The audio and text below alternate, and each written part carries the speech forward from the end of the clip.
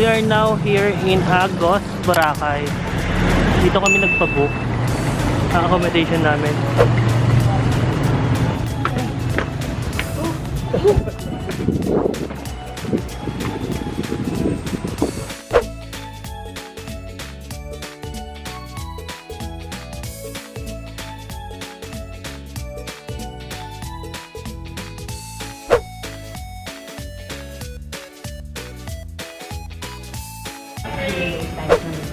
At night, you still have to garden duties if you need anything and left.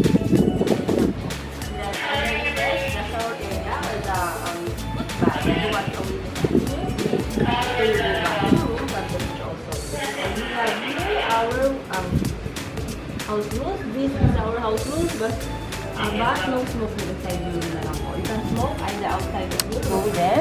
First, when you go down, just turn right.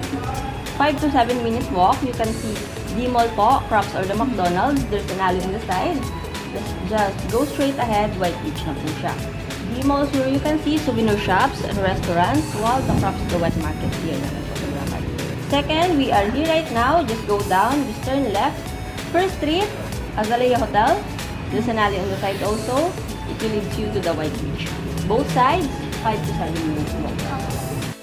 Ito naman ako dito. Ha? Hi mga ka-vloggers! Fourth floor to yung unit namin. Ginagawa mo! Ay! Sorry nga!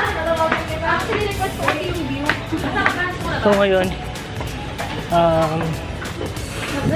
dito nga kami sa hotel. Pero kumain muna kami. Nag-lunch muna kami.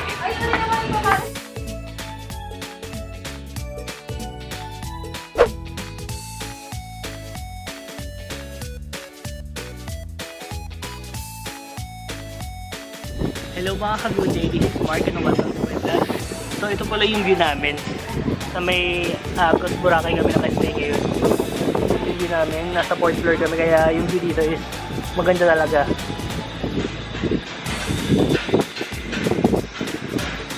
Sana nga naubusan yung Boracay dito. So ngayon, tutor ko kayo sa may room namin. Dalawang ganitong room pinabook namin. Kasi 10 kami dito, bale 5 bawat room. Kasama ko ngayon yung family ko. Papasok tayo. Ito yung room namin. Wait lang. Ayan.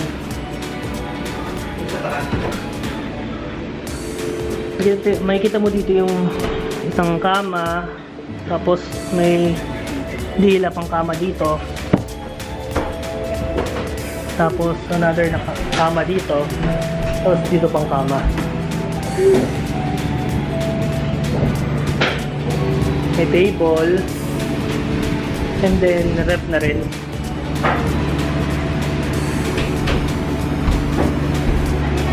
Tapos ito yung lababo.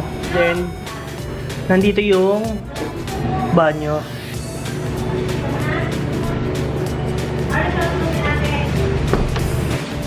So ngayon, akit tayo sa taas. Pinset ko nga pala.